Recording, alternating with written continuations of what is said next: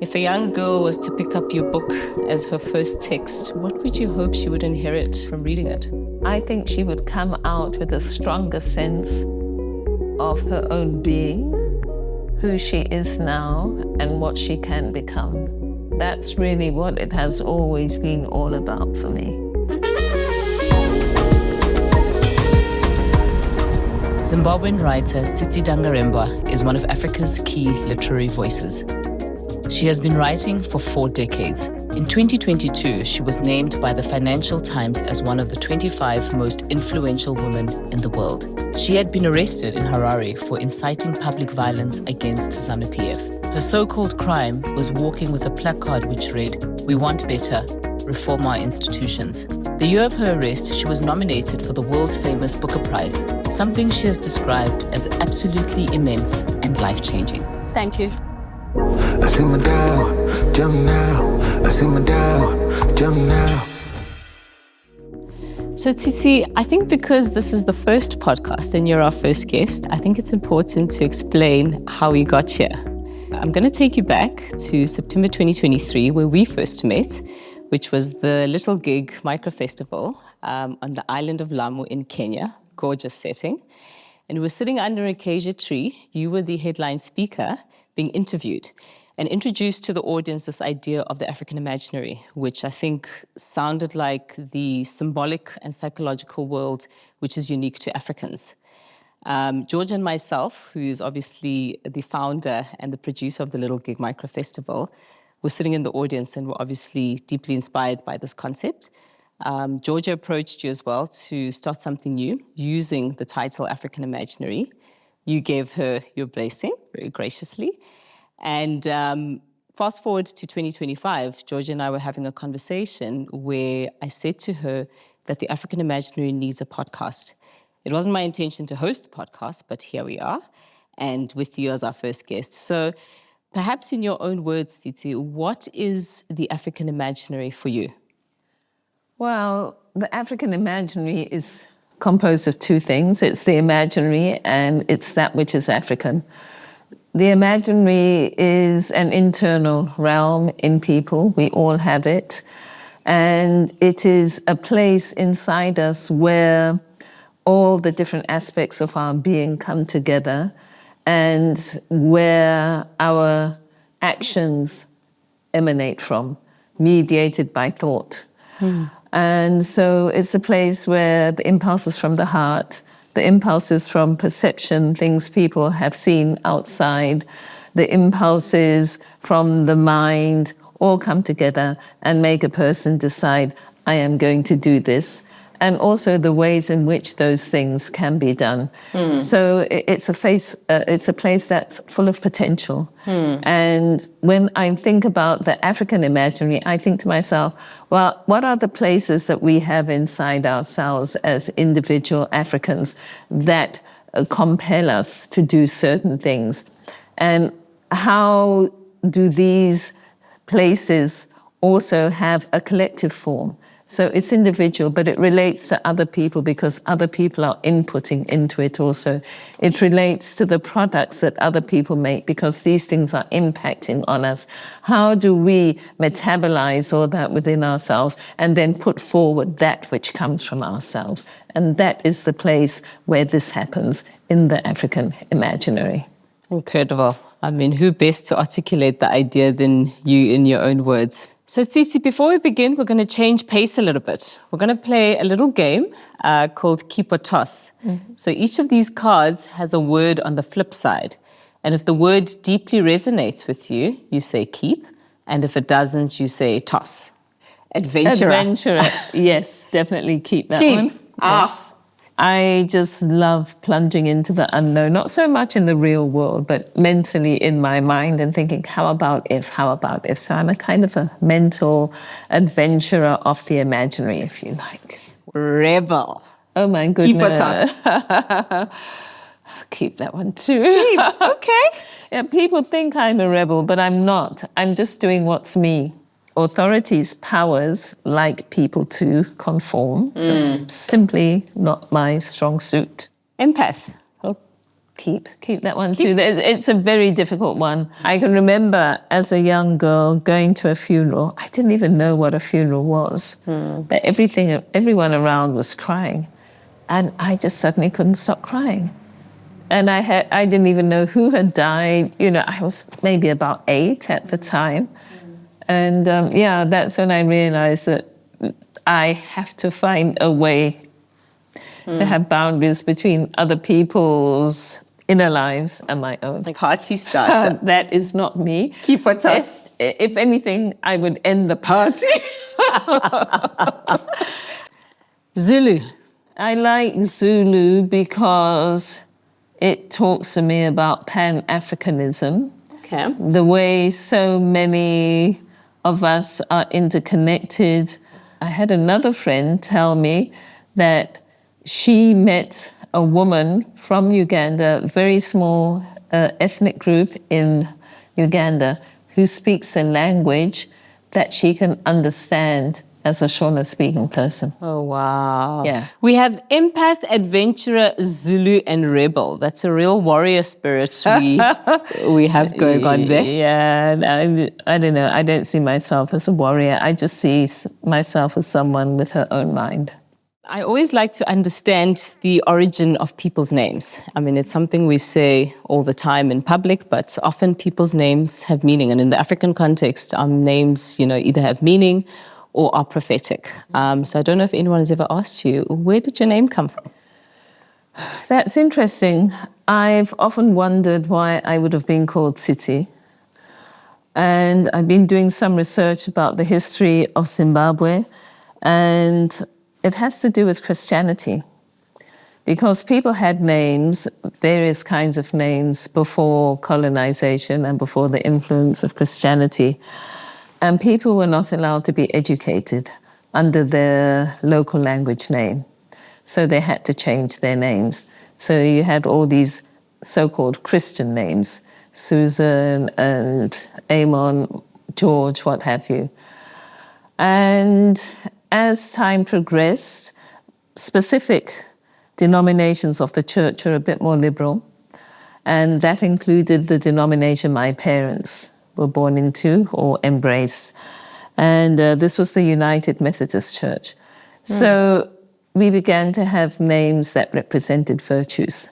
So, like you have patience in English. So we would have the Shona versions of that. So Tsitsi is a Shona word. Okay. Tsitsi means mercy or grace, as in the grace of God, a merciful God. Yes. Incredible. Well, I think you do espouse grace and you do have a merciful spirit. So that's so kind of you. I think that's the prophetic part of your name. And is Tsitsi your only name, or did you have a second? Yes, it is. It's my only name. Yes. Okay. Very brief. But I think what I find also interesting about you is that when you say to people Tsitsi, they know exactly who you're talking about without even mentioning your surname. This has happened. Everybody calls me Tsitsi in the street, at home in Zimbabwe. I don't think people even know I have a surname, really. I'm just Tsitsi to them. Yeah. And I think universally as well, right? Even outside of Zimbabwean circles, people know who Tsitsi is, Tsitsi the writer. Oh, wow. Which I think That's is quite great. Iconic of you. But take me back to your childhood and growing up for a second, which you write about, I think, in various contexts, and particularly in one of your books, the Black Female Essays. When you were a child, what was celebrated? What milestones were celebrated and what was punished? When I was a child, what was celebrated was academic achievement. And I was good at that. What was punished was having your own mind. You were not really meant to think about how you would like to have things done for yourself. You were meant to do what you were told to do. So not doing what you were told to do was something that was punished. So I was good at school. And I was really bad at doing what I was told to do. So it was an interesting time, yes. And how do you think that shaped your perspective of the world? I mean, what I wanted to ask you as well is, who or what was your first enemy It could be a person, it could be an idea, it could be an ideal.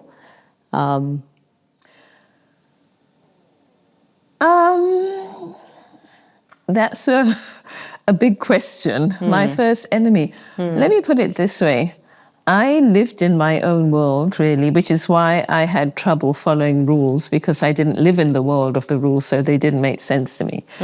So I lived in my own world, and I didn't really think of people as having much to do with me. It's really odd to say that, but it was like they're over there and I am over here. So they were never enemies, but I just couldn't understand why they would behave in such a way. So I would think that the first time I came into a situation that might have had anything to do with enemies, when I was very young, when I went to school early at the age of about 4, in England, as they did. And I was in this class with this teacher, and my hands were hot. So I tried to cool them down by waving them like this and having the air against my hands. And this infuriated the teacher. How dare you move your hands like that in my class, just showing off in front of everybody. And she came over and she grabbed my hands and she said, they're not even cold. So why are you moving them? And I tried to explain to her, no, I was not moving them because they were cold, but I was trying to cool them down, and she wouldn't listen. And this was when I realized that grown-ups could be your enemy. Yes. I mean, when I think about your writing, I think of someone who gives a voice to the voiceless, right? Who first planted that seed in your mind that you could eventually become who you've become today? I don't think anyone planted it. I think this is something that developed on its own because of my surroundings. What was important in my surroundings is that my parents were very keen on education, and they didn't differentiate between the boys in the family and the girls, so they wanted us all to have an education. So this exposed me to literature. And it was through reading that I realized there is nobody in this book who lives like I do, who looks like I do, who goes through the same personal kind of hygiene routine as I do. And I thought the world just didn't understand that there was a lack. This is as a child. And so I began to write really early. Then I had a cousin who used to tell us stories. He would gather all the cousins around and sit us down, and we would just sit listening spellbound to him. He went into the war in the Zimbabwean liberation struggle and didn't return. And so that was like another gap. So I put these two things together, and I thought, I know storytelling is important because we did this as an extended family. So there must be a reason why we have this gap here. And as far as I'm concerned, gaps are there to be filled. So I'm going to start writing. That was basically it. Yeah. And I mean, that for me also makes me think about the African imaginary, right? Is that it's, like I said previously, it's this deep symbolic world that is unique to Africans. And I think it's impressed upon me when I hear you speaking that this is something you were conscious of even as a child, the idea that you needed to put these stories out there, something that in 2025 we're still talking about, right? And I think you've done it in a very structured way through your writing. Is that a good assessment of your journey so far? Well, I think I've done some things, but what's very interesting about the imaginary is that it's an internal world. And to externalize what is internal requires energy, resources. And so in our world, often because of our history, but also I think because of certain mindsets that we have today, people are not willing to invest in the production of the products that come from the African imaginary. I can understand when people off the continent do not want to invest. But I don't understand how people on the continent do not want to invest in that, because everybody's consuming those products in one way or another, but they don't want to invest in the production of them. And so this really has affected me. I did begin my career way back in the 1980s, so that's been a while. And I've seen the change in how people are increasingly willing to invest. I think it's very important that we look at who is investing what and why. There was a phase in Zimbabwe where international donor money was going into films about problems. And basically what was happening is that the problem was being given life, because people were investing money into making a film about a problem. Okay, domestic violence, let's make a film about domestic violence. You're giving life to domestic violence.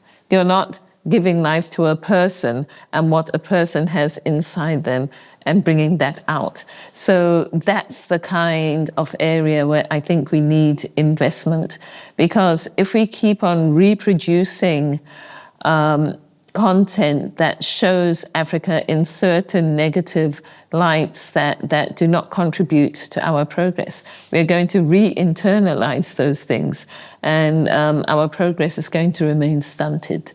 So I think we need a mindset shift about the kind of content, kind of products of the imaginary that we are willing to fund, so that we can broaden the diversity of these projects. So, and also very interesting about film is that it was discovered at the end of the 19th century, the whole technique for celluloid film. And that, of course, coincided with the heyday of empire building, European empire building in the rest of the world. And so it was used for the purposes of empire. And that has never really changed. I mean, even if you look on the continent, most of the people who have access to the resources for making films are people of European heritage, Africans of European heritage. And it is extremely difficult for people like myself to even access the people with whom I can have the conversations, this kind of conversation that we're having here. So although I went to film school, I have not been able to make a feature film of my own, although I've contributed to so many other people on and off the African continent. So I think this is something that we as Africans have to talk about, and we have to see change happening there.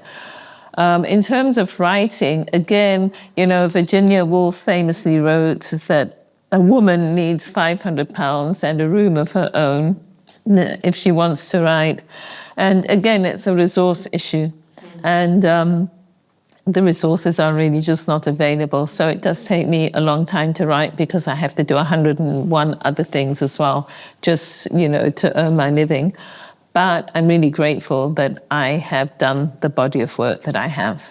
I mean, when I think of African stories, I think of the fact that, part of why we're interested in the African imaginary is also because there's an urgency around putting African content out there. The stories already exist. It's not like there's a new story that's being told, but the stories have never been unearthed. I think about the fact that when I watch a lot of television or streaming platforms, I don't see stories that resonate with me, personally. And I find African stories fascinating, and I think a lot of them are completely undiscovered. How do you respond to that? Do you believe that everybody should be interested or is interested in watching or experiencing those African stories in the various platforms? Or is that something that is unique to somebody like myself?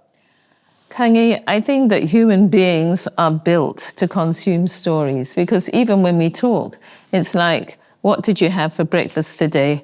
Oh, I had a croissant and whatever. That's already a story. I did this. It's a story, and I'm interested to hear. So this is something that's normal about human beings.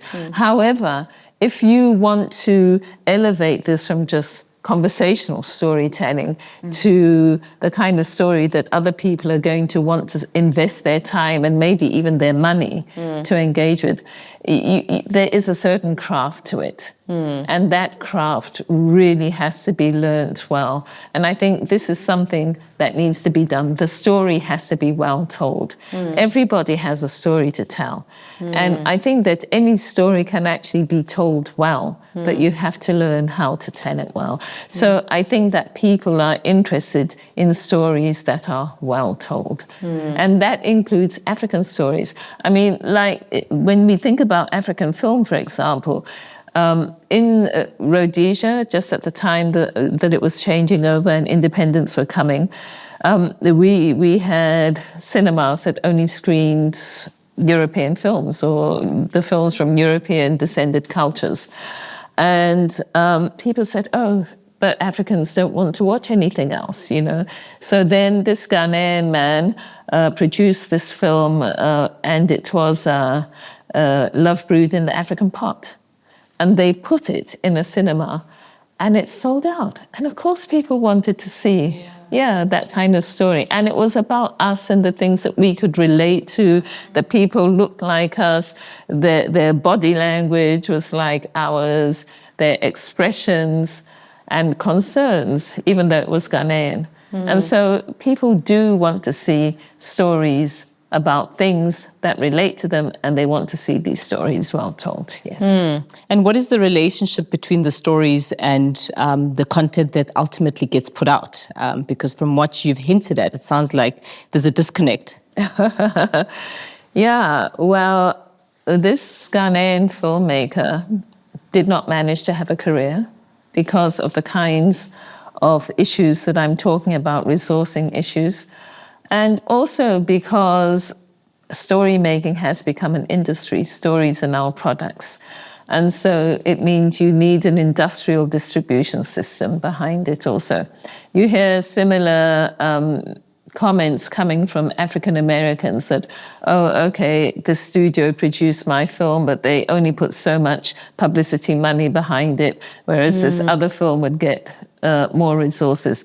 So it is a resource issue, but we have people who are resourced on the continent, and they are investing in different things that they consider to be more important. So I really think that this is a conversation that we have to have on the continent, that if we are serious about talking about who we are as being African and also making our Africanness something that is present for us in the world and also present for other people, then we have to start investing in the products of the imagination. This is happening a little bit in terms of technology. We have all of this innovation craze, but it's innovation in terms of products that can be industrialized in the traditional kind of way. So I think it's going to take another step for people to understand that other products of the imagination that speak to who we are rather than to our material being are also important for our well-being. Look, I think there is a cost to being a truth teller and telling the truth when our societies are built on forgetting. How do you think we should carry the burden of telling that truth? And how do we prevent it from destroying us? Yes. I don't think everyone is called to tell the truth. And I think that's really great because everyone's truth is different. And so I think society would fall apart if everybody told the truth, told their truth. But I think that there are some truths that are also collective. And I think that those people who are then said to be truth tellers in society are people who manage to tap into this collective truth. And that is something that I strive to do in my work because I believe that the things that can advance me can advance other people also. And I can advance myself through the things that advance other people. It's a very Ubuntu way of looking at it. Yeah. But this is just something that was inherent in me, in my work. of course, when I was small, people would talk about uno, which is what we call it in my language. And I understood that there are things that you do that enable you to claim that you have uno, or for people to see that you have it. And it was all about interactions, about how you interact with other people. And so that kind of became a framework for my thinking. It embedded itself in my imaginary. And I think the truth has a way of uniting people, actually, provided it is the truth, right? Because it doesn't need much support, it just is. Khangi, I believe that people have different truths. I think that the truth that I have, being who I am, sitting here talking with you, is probably not the same truth that two people who are similar to us, but in the north of the world, or in what we call the east of the world, would have. I think they would have different truths. And what is your truth, Tsitsi? Oh my goodness, I think anyway, maybe I've just mentioned it, you know, that we are social people and our destiny is collective. Yes. And I mean, looking back on your story, I'm sure there were some detours along the way. Would you have preferred a more direct flight to get to where you are today, or have those detours in your journey as a writer, as a filmmaker, you know, have they shaped you in some way? Yes, very definitely. My journeys have shaped me. It has not been easy. It still is not easy. It is difficult to be an ideas person. I'm an ideas person, but I'm also very practical. You know, I can make things happen. But making things happen, as I said, requires resources, and I am not resourced. So it is very difficult for me to see my ideas bearing fruit where in ground where there are more resources, so that these things can then flourish. And you know, then this wonderful thing is there, and I can think, oh, okay, I seeded that. But as I get older and I realize that I really don't have that much more time in this world, I would like to have some of the fruit for myself also. And that's something that really occupies me, that I'm applying my imagination to see how I can make that happen. And so how would you say, what informs your creative process now? I mean, what inspires it? What stalls it? How do you approach your creative work? I approach my creative work in terms of a need. What kind of story can fulfill a gap in society? For example, at the moment, I have a wonderful book by a South African author that I'm adapting. And it's about a woman who works as a childminder and housekeeper in South Africa, in a family that is of Indian heritage here in South Africa, and her relationship with the son of that family. And it's such a beautiful story. But it then puts this woman who is a childminder and housekeeper as one of the main characters. And so what I am told is that, oh, but nobody's going to be interested in that kind of story. And, you know, this is just so shocking for me because, I mean, how many people, how many women of color, highly melanated women like you and me, are earning a living and raising families? Many. You know? And yet their story is not interesting to people. Oh, we don't want to talk about that. And for me, this is what I feel that I exist to uncover. Because a story is about a being. It's about something that was created alongside everything else. And I feel that if this being is there, then this being should have a story told. And somebody already thought this story was important enough to write. So they wrote a novel about it. I came across the novel when I was judging a literature competition on the continent. It was a first book short story competition. Not short story, but competition. And this was one of the books. And I just felt that this was such a profound story. about how the needs and desires of a whole group of people are just completely abnegated. And I mean, if you think about the role of domestic workers, nannies, helpers play in a home, I mean, if you don't get that right, I mean, it disturbs the energy of your home. And I think there's a profound stories behind a lot of these people. We know that to be true because they're in our families as well, right? And I think for some of us, we relate to them not always as laborers, but as, part of the family. And I do think their stories deserve to be told. I think society, young kids, even of different races, are so shaped by these young women who leave their families and come into their homes and raise other people's kids that are not their own. Absolutely. And it's not just on the continent. People are leaving the continent to do the same kind of work off the continent as well. In many directions, they're going to the north, they're going to the east, and they're going to the west. I even have such trouble saying these words because, what is north? Yeah, exactly. What is east and what is west? East is where the sun rises, so they go to the sunrise and they go to the sunset. Exactly. Yeah. But I think forgotten stories is a big theme in Africa for some reason, right?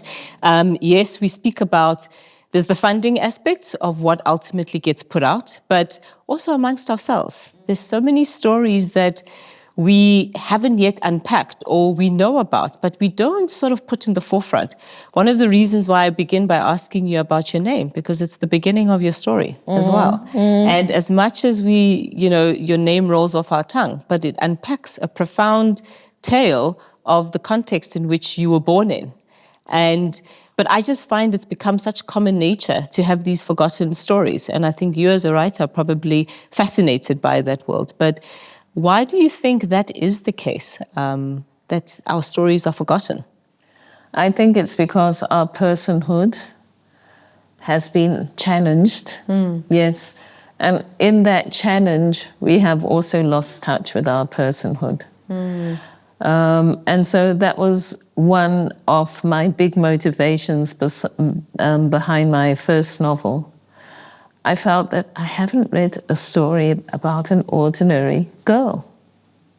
And so I wrote a story about an ordinary girl, and it's just so beautiful. I can remember one time I was here in South Africa at an event, and somebody came up to me and she said, "Tsitsi, thank you so much for writing that story.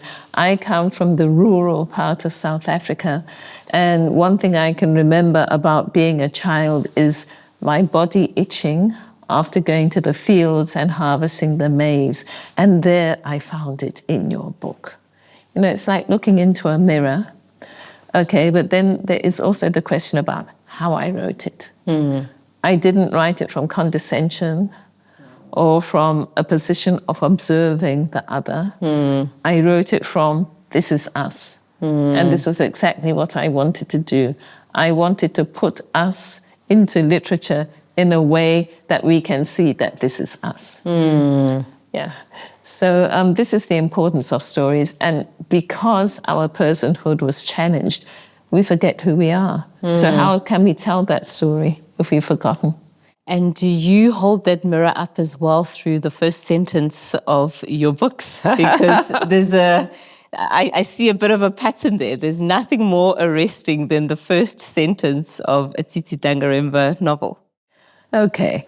So there is craft to it, right? And remember, I said that stories need to be well told.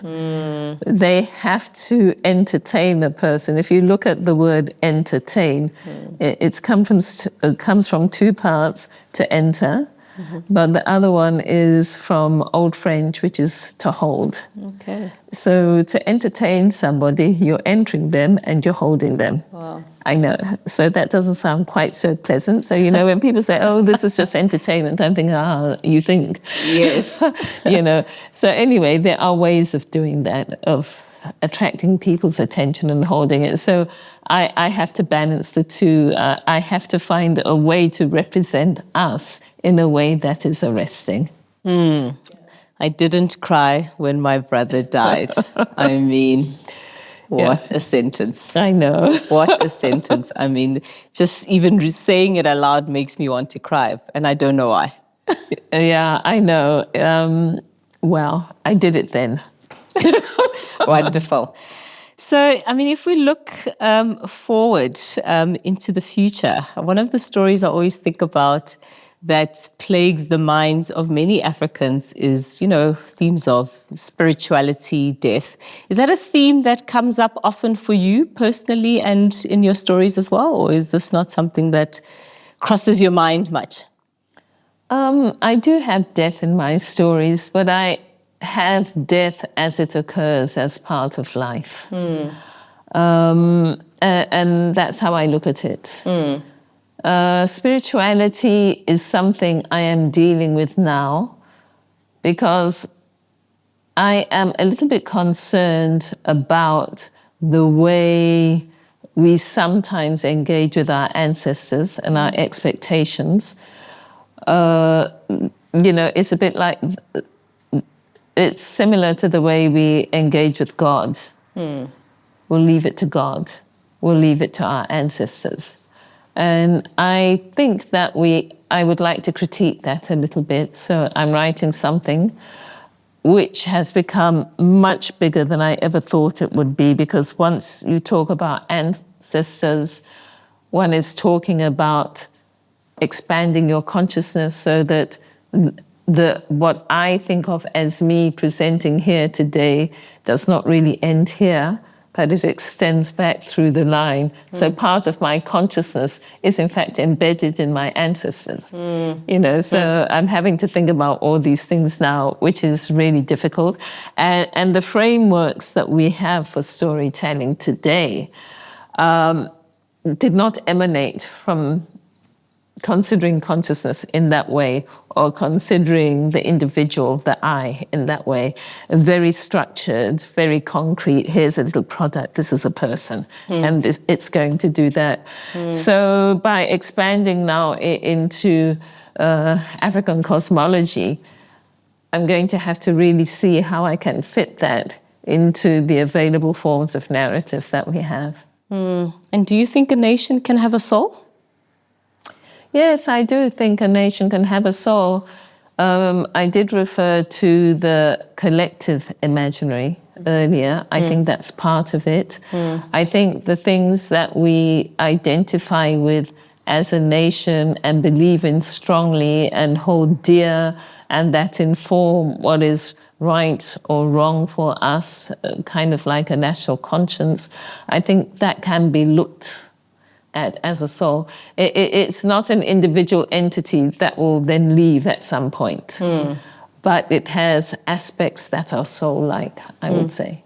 And what do you think Zimbabwe's soul longs for today? Or, I mean, we don't have to be specific to Zimbabwe, but many African countries, what do you think their soul, the collective soul, longs for? Do you know, I don't think we actually know what we long for. I think there are things we think we want, and people will tell you, I want a better cell phone. If you're a filmmaker in Zimbabwe, you'll say, I want a better camera. But it's not your camera that tells the story. The story is already told. The camera packages it in a certain way so that it can be disseminated to other people. So I actually think we don't have these discussions because we had liberation struggles of one form or another, and we said we wanted freedom. Now we have that freedom that these liberation struggles delivered, but we're still not happy. Things are still not working the way we want them to. So it means what we thought we wanted at the time of the liberation struggle was wrong for whatever reason. So we have to start rethinking, and we don't do these exercises because we do not engage in that kind of intellectual process that would lead us. We don't have those discussions. You're having a discussion here in South Africa on something at the moment, kind of national discussion where answers... National dialogue. Yeah. That's not really that common. And I think we need more of this, and I think we need platforms for that that happen outside the national setting, because the nation is not the state, and national dialogues are organized by the state. Yeah. But we need dialogues that have a national character, that emanate from who we are and what we want to find out for ourselves. I mean, I often wonder, I mean, to your point, whether a country gets the leader it deserves, because I often find the leaders are also a reflection of what's happening at an individual and on a community level. And so I think I'm interested in the concept of whether, you know, a nation has a soul, because I think about, even in the corporate context, I think about whether companies have a soul, right? And whether the soul of a company is influenced by who the leader is. And having been in a leadership position myself, I tend to ask myself that question, whether I have any impact on the soul of a company, or whether it's the other way around, it's deeply impacting me.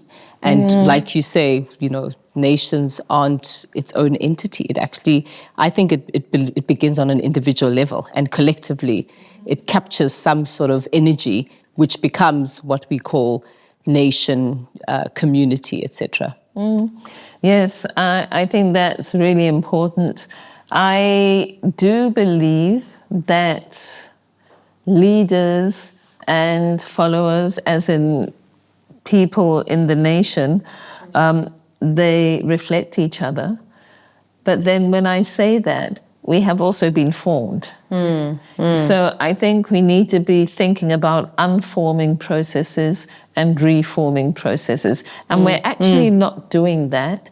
We thought that we had the answers, and we simply go and have these liberation struggles and we come with the answers. And that has been shown not to be the case. There are still things that we still need to engage with that are very fundamental to who we are as a result of the various histories that we've had. And I think that the engagement that we've had has been really superficial and has been politicized. It hasn't been about the people, but it has been about political agendas. Lots of reforming happening and less unforming happening. I think we need some unforming as well, actually. I don't know. I don't think you can reform something that is fundamentally flawed. I don't think so. And who are the African icons who have shaped or influenced your work, and how? Yes, I think one of my biggest influences from the continent is the late Chinua Achebe. Of course. Oh, such a wonderful man. And I remember his was one of the first books that I read, No Longer at Ease, about a young man in Nigeria. And I met him at a book fair, just bumped into him in Harare, the book fair, before it came to Cape Town. It was in Harare. So I met him, and I was young and not very well versed socially. I didn't know what to say to him, so I said, I feel like kneeling down. And so he looked at me and he said, well, why would you do that? And I said, oh, but that's what women do in Africa, to show respect to somebody, especially a male person. And he kept on looking at me and he said, no, we don't do that where I come from. Women don't kneel to men, so why would you want to kneel to me? And so I asked about this, and apparently it isn't something that's done in Igbo culture. Yeah. And it's the men who probably kneel prostrate. Yeah. Yes. That was so liberating to actually have an African man tell me, you don't have to kneel down. Amazing. Can you imagine what that did to this young woman? Incredible. Yeah. But why was the instinct for you to kneel? Just as a sign of respect, or? I was being silly, as I said. I don't think I was really good. If I had really wanted to kneel, I probably would have done it. Okay. So it was just, what can I say to him to show him how much I value this moment and respect it so much? And then he went on to be kind of like a silent helper, like, you know, I would get these invitations to residences in Italy where I really needed to go so I could get away from every day and just do some writing and thinking. And then I would hear, oh, yeah, he's been Chinua Achebe recommended you. And here, this is the new edition of my trilogy. This is the first one, Nervous Conditions. And it says here, as natural as the grass grows, Chinua Achebe. Incredible. So when Nervous Conditions first came out, he really endorsed it with that. And I really think I owe a lot of my career to him. Incredible. Yes. Wow. So you had a great friendship with him for much of your professional life as well. Not really friendship, because he was so much older than me, but he was kind of like a silent supporter. If he could do anything to open up opportunities for me, he would. Someone else, although you might not consider her to be or have been African, Doris Lessing. Okay. Oh, yes. She also came out in full support. So it was actually wonderful. And I thought that that's how it worked, because I had that when I was young. But then I realized, actually, no, it doesn't necessarily work like that. Somebody else, the late Michere Mugo, Okay. yes, a Kenyan professor who ended up in the United States. She wrote I'll marry when I want. I believe she co-wrote that with somebody, but she's known for her work on Ubuntu. She is the one who made people think about the Shona greeting. How are you? I am well if you are well also. That my well-being depends on your well-being also. That is something that she brought into the world.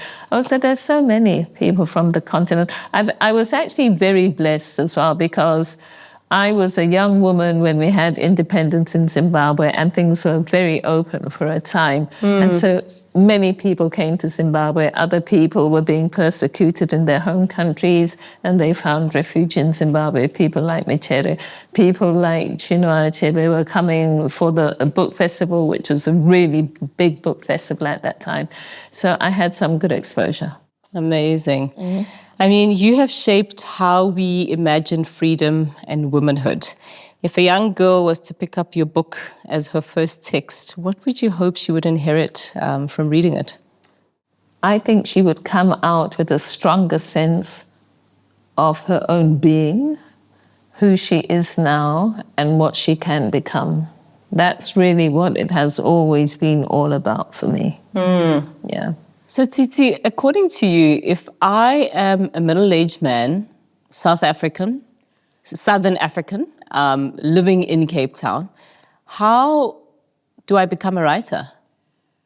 Okay, well, I don't think that anything I can say on that, Khangi, would be specifically for a middle-aged man living in Cape Town. But I think how anyone can become a writer is, first of all, you have to listen to yourself. You can't think, oh, I've read something from somebody else and I want to write something like that, because you can never do it better than the original person. So you have to listen to yourself to find out what you have to say. Number one, you have to find out how to say things well in literature. To do that, you have to read, and you have to read a lot. You have to read good literature, and you have to read literature that grates on you, because then you get to tell the difference. If you don't know the difference, you can write literature that will grate on people without knowing that that's the kind of literature it is. So those two things are really important. You have to begin to write.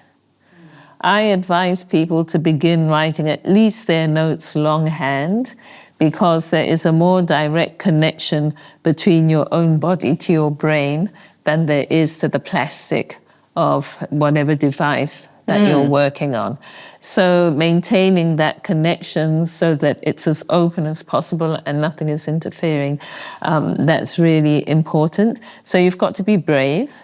You have to be personally brave to explore things that perhaps other people don't want to explore. That's really important. And you have to be a stayer. You have to be somebody who can stick at it. If you cannot stick at it, don't even try, because maybe it's not for you. Maybe other things are for you. But I think you touched on a couple of things there, which is one is finding your voice and then also technique, right, when it comes to writing. And I think about all the tools available to one nowadays. And actually, I asked that question with genuine interest in your answer because with everything available to us today, including AI, can I just turn around and become a writer? And I think it was Toni Morrison who said, some people want to become authors and not a writer, and that's not the same thing. Yes, but you can ask AI to author your idea. You're still not a writer. You're not even an author. If AI puts the text together, then AI has authored that text. You have contributed, maybe it's a brainstorming situation. However, AI works on algorithms, and these are algorithms that are a generalization from populations. So what AI can give you is something that's general. They can never bring the specific individual thing that you can bring that will make another specific individual go, wow. AI simply cannot do that. And I'm fascinated that you also insist on people writing longhand, which I think is also super interesting in today's day and age where we type a lot, and we use our fingers and our hands. And also reading text that is, provocative, right? To develop your voice and your intellectual thought.